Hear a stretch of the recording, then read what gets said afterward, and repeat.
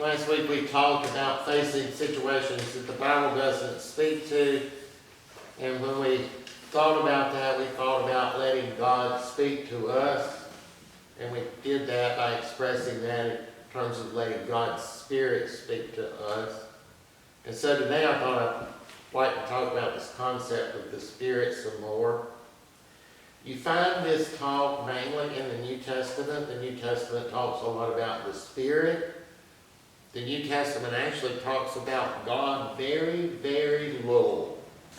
In the Old Testament, God is doing things all over the place. The New Testament hardly has God in it at all. It's the Spirit instead that's doing things. Now, there are a number of ways that this term Spirit is used in the New Testament. Sometimes it is just Spirit. Sometimes it is Spirit of God. Sometimes it is Spirit of Christ. Sometimes it's used in a construction, a Holy Spirit. And sometimes it's used in a construction, the Spirit, the Holy One. Now, eventually, as Christianity developed into an institutionalized religion, all those uses became lumped under one category that Christians today would refer to as the Holy Spirit. And it eventually found itself in the doctrine of the Trinity as Father, Son, and Holy Spirit. I think it's interesting, though, to go through the New Testament and look closely at the usages where the term Spirit occurs and look in the context in which it is used. And when you do that, you see that most of all, it seems to refer to some kind of power God exercises in the world. In other words, it refers to God's activity in the world. The Spirit is presented as an energizing, activating thing. And it enables people to do things, or it tells people to do things. We see this a number of times in the New Testament. They did this by the power of the Spirit, or the Spirit told them to go here or there. And so it is like almost an energy that either enables you to do something or directs you to do something, and it is portrayed as coming from God. Now, in the Greek manuscripts in the New Testament, the word that is translated Spirit is pneuma.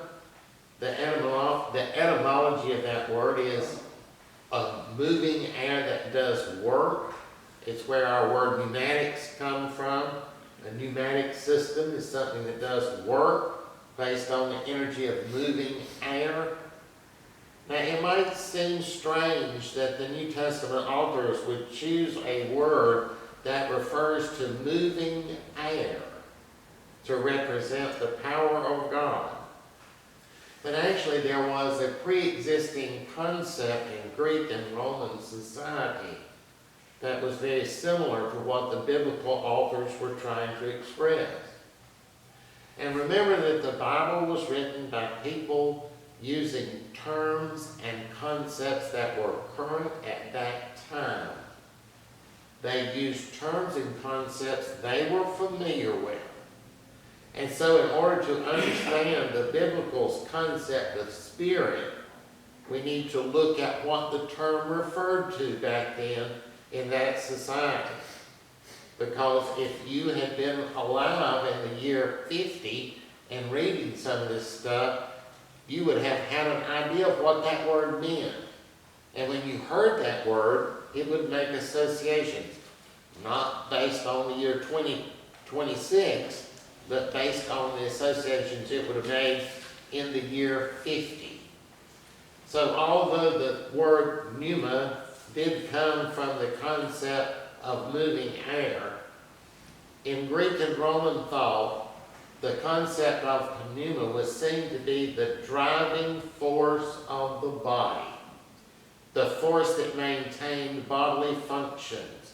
It was the energy that kept the body alive and functioning, and it was seen as the force of life. It was seen as the energy that animates you, that is was seen as the energy of life itself. And it was seen as originating from the divine. It was believed to be carried in the air. It moved through the air. And it was sometimes called the breath of life.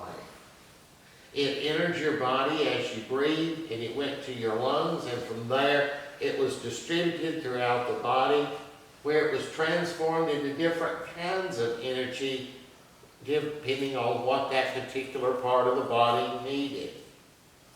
So the air we breathe was thought to be the bearer of life.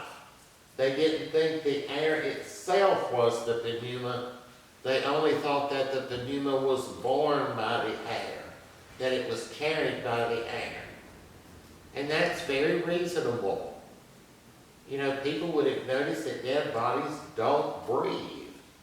So it would be reasonable to conclude that the force of life, that which creates life, is carried in the air. Now, there were many different ideas back then about exactly what forms of energy the pneuma was transformed into once it got in the body, and many different ideas about what those energies did. But one that was fairly popular was held by a group of people known as the Stoics. They lasted from about 300 years before Jesus to about 300 years after Jesus. And they developed very complicated ideas about the pneuma. They believed it was something of which everything is made out of, the stuff of which everything is made. They didn't really mean it hard physical matter. But the Stoics believed that everything was made up of energy. Everything is composed of energy. And incidentally, it's not very much different from what modern physics tells us today. And the Stoics believed that there were different levels and organization and concentration of that energy of pneuma. The lowest level was like rocks and dirt, inanimate objects. Simpler plant forms, such as ferns and stuff like that, were a little above there. Then a little above there were more complex plant forms like trees. And then on up were animals. And then at the very top, we found human beings, and according to the Stoics, the gods. And so they believed that pneuma was not just in the air. They believed it was a mixture of air and fire. And to them, pneuma provided the warmth of life. Now keep that idea of air and fire, because we'll come back to it from the Bible in just a few minutes. Now, as time went on, pneuma began to be seen as more than just the energy of life. Some regarded it as the power that forms a human being. They regarded it as the power that forms a baby from the moment of conception up to adulthood. It was seen as directing your development. It was seen as a source of inspiration. It began to be found in religion, where it was thought to be the source of prophecy. In religion, it was seen as something which elevated those who had it to a higher plane than those who didn't. Pneumatics, in other words, were those who possessed inspiration from the pneuma, which came from the divine. Now, a word very similar to that, pneumatica, is used in the writings of Paul to refer to Christians who possess certain spiritual gifts, abilities, and knowledge. And the pneumatica, according to Paul, are a higher level of Christian than just your average Christian.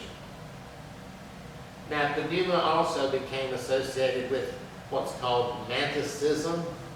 Manticism is a method of predicting the future. It was practiced in ancient Greece. And according to this, someone would go into almost an ecstatic state under the influence of pneuma, and they would utter oracles. Oracles are messages from the gods. And these oracles, or these messages from the gods, would be interpreted by someone else who was under the influence of pneuma, which enabled them to interpret it. So that the pneuma entered into you from the divine and put you into the state to where you could receive messages from the divine, and into someone else, it entered into them to where they could interpret that. You find this very same idea in the writings of the Apostle Paul, when he talks about speaking in tongues on one hand, and then he talks about someone else receiving the gift from the Spirit to interpret that on the other. Very exact same idea. So we see this concept in the ancient world of pneuma. It's an energy that comes from the divine. It is the energizing force of life. It is the force of life. It is carried in the air. It enables you to know things. It teaches you. It guides you. It is the way the divine communicates with you. Now that was from the Greek and Roman world. Other societies had similar concepts. In India, for example, they have the concept of prana. Prana is seen as the life force, the life energy that permeates everything. It enters the body through the breath and flows throughout the body in energy channels that you can think of as being like blood vessels. In Chinese thought, there is the concept of qi. This is thought to be the life force, the life energy that permeates everything. It animates and gives life to all living things. And it is associated with moving air. Just like we saw the Greek concept of pneuma means moving air, so does the word qi in Chinese mean moving air. Native American religions also had the concept of some kind of vital life force energy. It seems to be common to most of the religions of the world. It is in some way connected to the breath. In its major form, it enters the body through the breath and is distributed throughout the body. We see this in religions throughout the world. We see it in Christianity. It is the universal life force, and it is the force by which the divine communicates with people. And it is that very word, pneuma, that the biblical writers used for what would eventually develop in organized Christianity as the Holy Spirit. And if you look at the biblical uses of that word, you will see that it's very, very similar to the ancient ideas in the Greek and Roman world, in the Chinese world, in the world of India. In fact, it is very similar to the ideas of other of the world's main philosophies and schools of thought. In the Bible, in John chapter 6, Jesus says, "The Spirit gives life. The flesh profits nothing. The words I speak to you are spirit, and they are life." The words I speak to you are pneuma, and they are life. In the book of 2 Corinthians, the Apostle Paul says that it is the Spirit that gives life. In Romans chapter 8, Paul talks about the Spirit of life. And he talks about having our minds set on life and something else, peace. The book of Job talks about the breath of God, the pneuma of God, giving us life. Psalm 104 speaks of all things made by God's pneuma, God's Spirit. In the creation account of Genesis, it said God breathed the breath of life, the pneuma, into Adam, and Adam became a living soul. Psalm 139 asks, where can I go from your pneuma?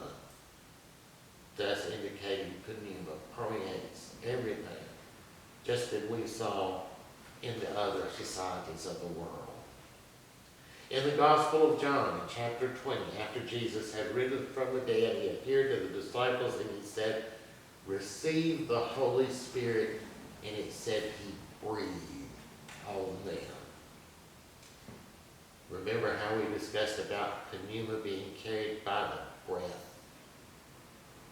And remember how the Stoics saw pneuma is associated not only with air but with fire?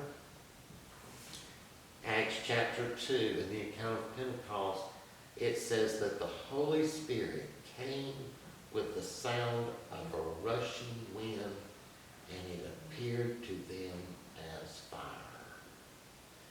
Here from the Bible, we have the pneuma associated with both wind and fire.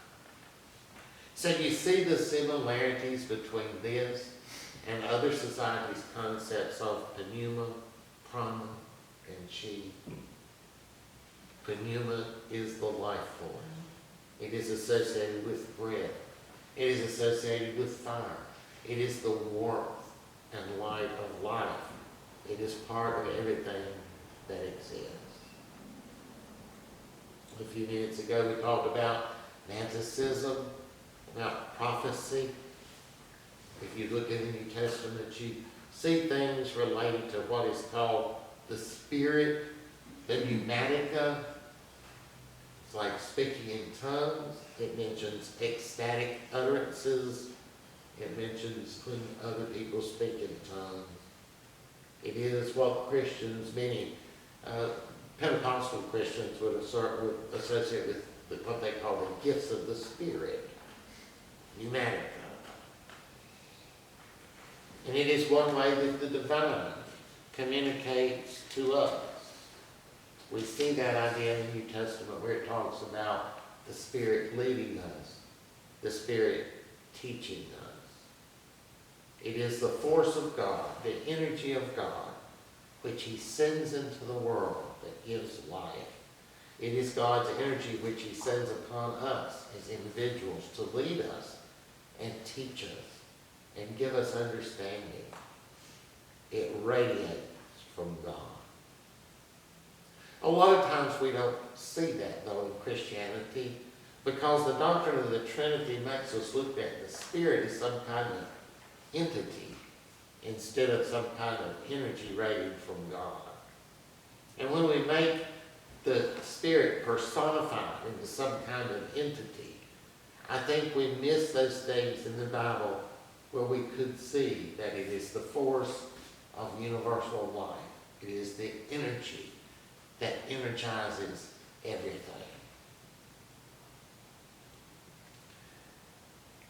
What is a definition of life? What is life? You know, I didn't realize until I researched this term was that scientists don't have one, because nobody really knows, and nobody can agree on it. So they don't really have, there is no definition of life. In general, if you look up definition of life, you'll find that life is defined as a certain group of biological processes going on. So if you want to know what life is, you won't find a definition. You'll just find something like something that's alive is something in which certain biological processes are going on that result in this organism having certain characteristics. But that doesn't tell you what life is. They have defined the characteristics of a living thing, but yet they have not told you what life is. You know, scientists have tried this before. You know, they can take a cell and they can analyze it and see what kind of things are in there. And they've tried mixing all that stuff together, and it don't come to life. It just sits there. And so there's some kind of spark to life. Yes, a living being eats, it breathes, it somehow reacts to its environment. And on a living body, if you cut yourself, it will heal. And on a dead body, there's no stomach processing food, there's no brain waves, there's no heartbeat, there's no blood flow. If you cut a dead body, it won't ever heal up. So we know the characteristics of life, but we don't know what life is. What is it? We don't know. It's a mystery. To science, anyway. But to a Christian, it's not a mystery. God is life. God is the source of life. The energy radiating from God is what gives life. The Bible plainly says God's Spirit gives life. God is the source of life. I don't know if you've ever noticed that or not, but in our communion prayer I say, God is the source of life and light and darkness.